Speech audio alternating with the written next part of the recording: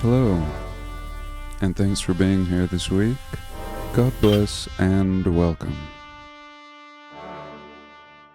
I want to start out by looking at some masonry dams, then I want to talk about the fasces, and finally I want to give you a sample of something else that I'm working on.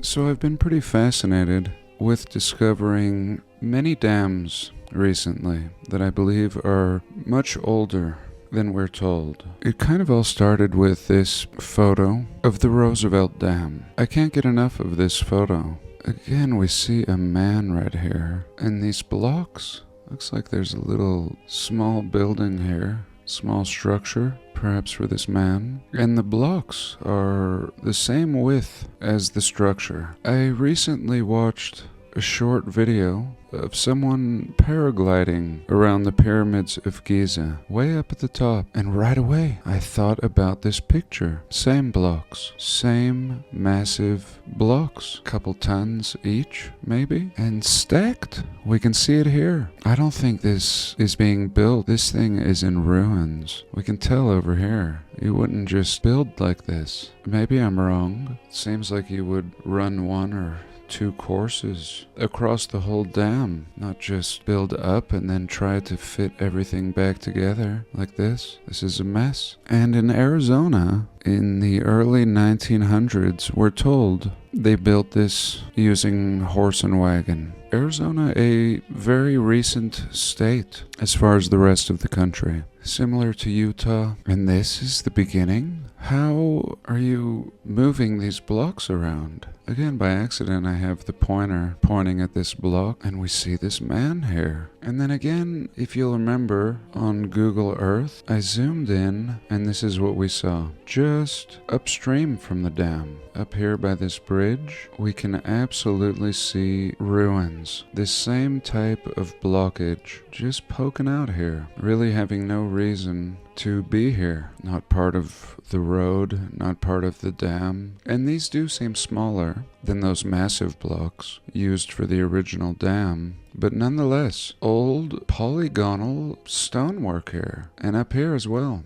You can see a section over here, closer to the bridge, and I'm sure such ruins can be found all over this area. But thank God for pictures. Thank God for this picture. These massive, massive blocks. I can appreciate these blocks that seem to have been built by giants. Didn't make any sense as a child, and this doesn't make any sense today. And this thing is not being built. It's clear what they have built. They've built a little ramp right here. A little ramp to cross this damaged portion. There's no construction going on here. And of course, in modern times, the whole dam has been refaced with concrete. So if we didn't have these old pictures, we wouldn't know. Here we can see half of the dam concreted up and the old massive blocks underneath the concrete. Really, you can't tell from this picture how enormous these blocks really are. And it's not just the enormous blocks, but it's the tunneling into the mountain, structures in the mountain, structures down here. What's all this looking so Star Forty? And I think essentially that's what it comes down to. The builders of the Star Forts were the builders of these dams. And this is just our people, our reset people, jump-starting the old damaged world. So I thought we would look at some other dams.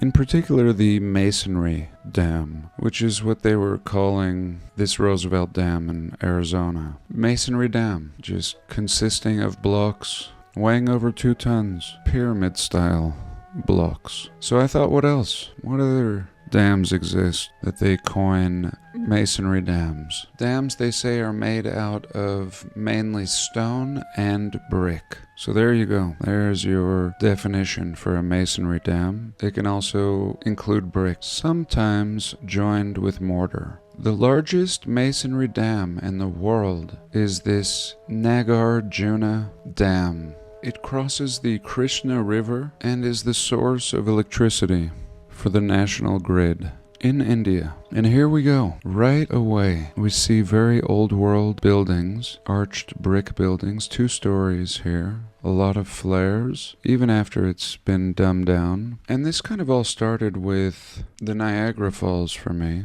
The Niagara Falls, we're told, is one of the first power plants. But actually, when we look carefully at old photos, what we can see is historically, people were generating power. Even before Tesla, some of the oldest photos we see of the Niagara Falls shows a lot of old world buildings harnessing their power. And even a lot of the ruins that we see down here used to be beautiful old world buildings. There's still a lot, but much has been destroyed. We see tunnels all over the place, and a lot of these old world buildings not being used today. Ruins. And in my opinion, these buildings are older than we're being told, especially where they have no function today. But back to this power plant in India. We're told this is the world's largest masonry dam. And what we can see right away is the same thing has taken place here. They've covered it with concrete by now, but they still admit that it was once a masonry dam. And here we see the old world infrastructure, similar to what we saw at Niagara Falls, but in much better condition here. We see some beautiful ornamentation on this side. And here they tell us this one was constructed between 1955 and 1967. 12 years to build the world's largest masonry dam. Now this is what I thought was interesting, along with many things. We are told the construction of the dam submerged an ancient Buddhist settlement. And we start to see a theme. These narratives are all repeated. Everything is burning down, the great fire of this and that. And when it comes to dams and past civilization, we see the submerging of cities very often, conveniently, during the construction of these dams. In this case, we're told of this city, Nagar Junakonda, which was the capital city of the Ikshvaku dynasty in the 1st and 2nd century. Whatever, but nonetheless a city. It is one of India's richest Buddhist sites and now lies almost entirely under a lake created by the dam. They say they moved some of the archaeological relics, but of course not all. Here we see some picture. I'm not sure if this is on the edge of the lake. It must be. Some preservation. Here they tell us these are original ruins. So this will have been the same as the rest of the city, supposedly built in the 3rd century AD. Here we go. So these old Buddhists were also brick masons. The brick Buddhists. Really incredible, looking like the ruins of Pompeii or the ruins of any place in the world. And here are some of the relics that they removed. Here as well, and here. And these people don't really look that Buddhist. I mean, they seem pretty wild. What is going on here? What kind of world is this? These look like some weapons. And everything ties back to everything. I was just telling David about the fasces this morning, and the way we can see George Washington leaning on a giant fasces, Abraham Lincoln sitting down with 2 fasces on either side of him, and now this man holding 2 devices, really reminding me of Abe and George. Very as a matter of fact, here I am holding these ass-kicking devices, and today we would be told these are some stupid religious symbols, just like the fasces were told it's symbolic, but I don't think so. Here again, some of the ruins of this city that were flooded when they built the dam. But in my opinion, the dam is older because it falls into this masonry dam category. Here we're told this man is carrying a drinking horn, and there's a jug of wine next to him.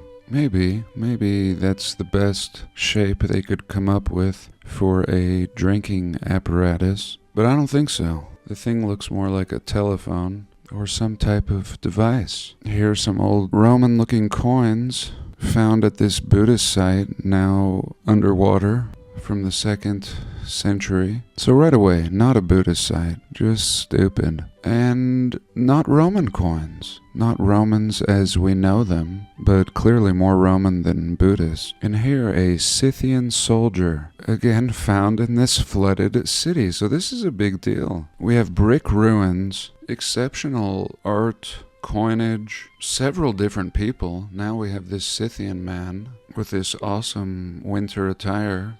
Looks super warm, like some old world Patagonia type jacket. I never owned one of those jackets, you know, the ones that are kind of poofy, like this. Here's another Scythian warrior, probably the same guy. And they tell us the people were moved to a nearby village. So there you go, flooding out ancient cities and artifacts, moving the people. And here we can see a picture of the dam under construction. Here you go. Craziest scaffolding I've ever seen, ever. It's a poor picture. Here's a better one. So here is how we built the largest dam in the world. Here we go. This is what we get. Really, really sketchy walkways here. I'm not sure how much of a load you could carry up these. And let's look carefully at this dam. What is really going on here? Is this simply a facading operation? Is this the cleanup crew? I mean, the scaffolding tells us what these people are capable of. I don't see much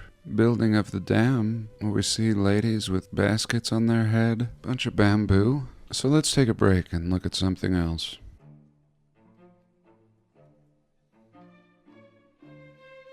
Everything all right back there, ma'am? Yes, delightful. But I think the hose has a case of gas. Oh, forgive me, ma'am. That's me. Oh. Okay. Part 2. I want to talk about the grid real quick. Of course, we've seen the Nazca lines in Peru. Probably the most famous. But the truth is there's much more than the Nazca lines. Most people will focus on the hummingbird, the spider, the different artistic depictions in Peru. But what about the lines that run straight as an arrow, cutting across mountain ranges, water bodies, and other various obstacles? The Nazca lines leads one to another phenomenon that can be found everywhere. Today in particular, I'm going to start out with Pahrump, Nevada. Pahrump is a small town out of Las Vegas, as we can see here. Small town. And if we zoom in, we see these lines. Sometimes straight, sometimes squiggly. And we're told these are subdevelopments that have failed, but I don't think so. Here we can see subdevelopments. Over on the left, up here, little market. And then there's this. Come on. Really, really difficult, actually, to survey roads this way. And really stupid if it was just to sell real estates. And again, some people might say, oh, this is normal. So now let's go to California City, just across the desert here, not too far away. And we see the same thing out here, the same pattern. Just crazy that anybody would consider developing this way. And really looking like circuitry. And at the very least, something from the past. From a past people. More of a mystery than the narratives were given about this place. Some developer came out here and developed all this and went bust. There you go. And actually we do see a little bit of development down here in the actual town of California City. It's right down here. We see this major road coming in this way, then this way, and then doing a big circle around the town. In my opinion, all built upon something older. And again, if we follow this line, for lack of a better word, it takes us up here to thousands and thousands of acres of what we would be told are subdevelopments. And I don't buy it one bit. I think we as a community should take this place over. Just move out here. The way the Mormons, we are told, just took over Utah after being persecuted and driven out of the East. But what I really wanted to show was a chapter from David and I's new book. We're really not sure what we're going to call it yet. It's based on that list that I made in a past video, a list where I jotted down some important topics in this field of research. And it's always hard getting started, a lot of back and forth. So now we have a little framework for the ancient grid, which can pretty much only be observed today in the form of dusty roads, or in this case, canals. And that's what this chapter's about. We can see here a very intricate grid. This is called Rotunda West. And we see the same thing going on out here, but even more amazing. Because here we have the same story that some man comes out and develops all of this in the swamps. But to complicate things, they're all canals, waterways. Now here we can see another little slice, just a tiny little piece of Florida. This is Cape Coral. Again, something very similar and beyond reason, like a floating mass of circuitry. I mean, there's a lot of land today. There's a lot of undeveloped land that is perfectly suitable for developing. But this is next level. And this is exactly the same thing, just out in the water. And I'm not going to get into the narrative, although it's in this book. But as we can see what the caption says here, they just started digging with no plan. I mean, that's the gist of it. They just started digging. And I've been looking at this stuff for years. And this is new to me. And I thought it would be interesting to you. Here we can see a thermal image of the area, and this network continues out into the water.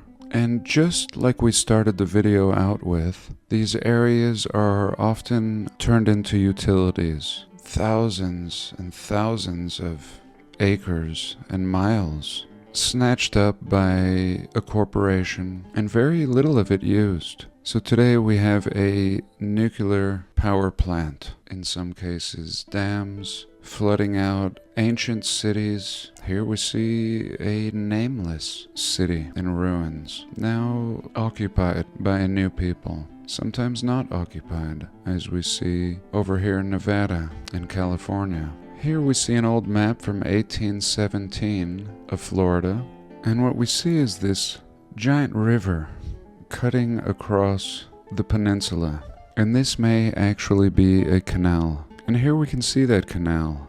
It's like anything from the old world. It can be traced and compared to old maps.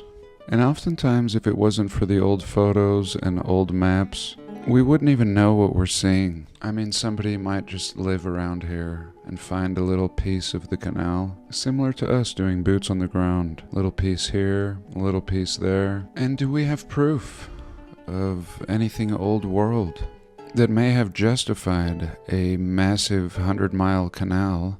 And here we can see one example. St. Augustine, one of the oldest cities, we are told, in America. Here we can see the inside of the St. Augustine Ponce de Leon Hotel, one of the oldest buildings in St. Augustine. Here we go. Built of concrete and very ornamental brick, as we can see here. Florida is no exception. Clues of the old world everywhere. In ruins. Little plants growing up here. This is a look at Ybor City. I'm not sure if I'm pronouncing that right. Looks pretty abandoned, perhaps since the pandemic. And here we can see the University of Tampa. Look at this dome and all of this. A castle, basically, along the river. And the river is a canal. Here another look at some of the ornaments at the University of Tampa. And we can see that they're sporting the Muslim decor. And what we can see is this symbol is used by the old world. And in fact, all the symbols of all of the religions have been divided and split up and assigned to different people. Very similar to the way that the architecture and real estate has been divided. The people in control getting the best cuts, and universities, essentially businesses, often get these prime picks, along with government and other powerful families. Here we can see some Florida in 1925, and on this building it says 1891. Hardware and grocery this way. A little peek at the building across the street here. Columns. And then this crappy, crooked wooden pole. Here again, looking east in 1908. Even more built out. A beautiful cathedral back here. 2 rows windows. Here again, horse and wagon. And palm trees. Palm trees are one of my specialties. I used to trim palm trees. Not just the big leaves, or as they're sometimes called, fronds, but also the stalk of the palm tree.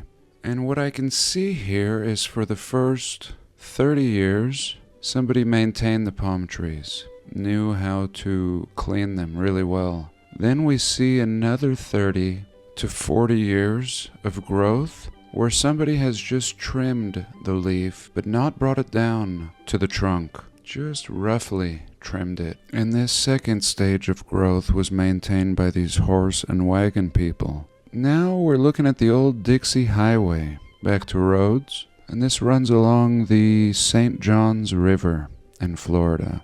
We can have a look at the brick that the roads are made of. Look at all of these stamps. Gold. Really intricate. This diamond and these 2 little nubs. Then we see a star fort, Fort Clinch, just a little piece remaining. We're told it was built in 1861. We're told the fort was abandoned in 1862. Really? 1862? You built all this and then abandoned it?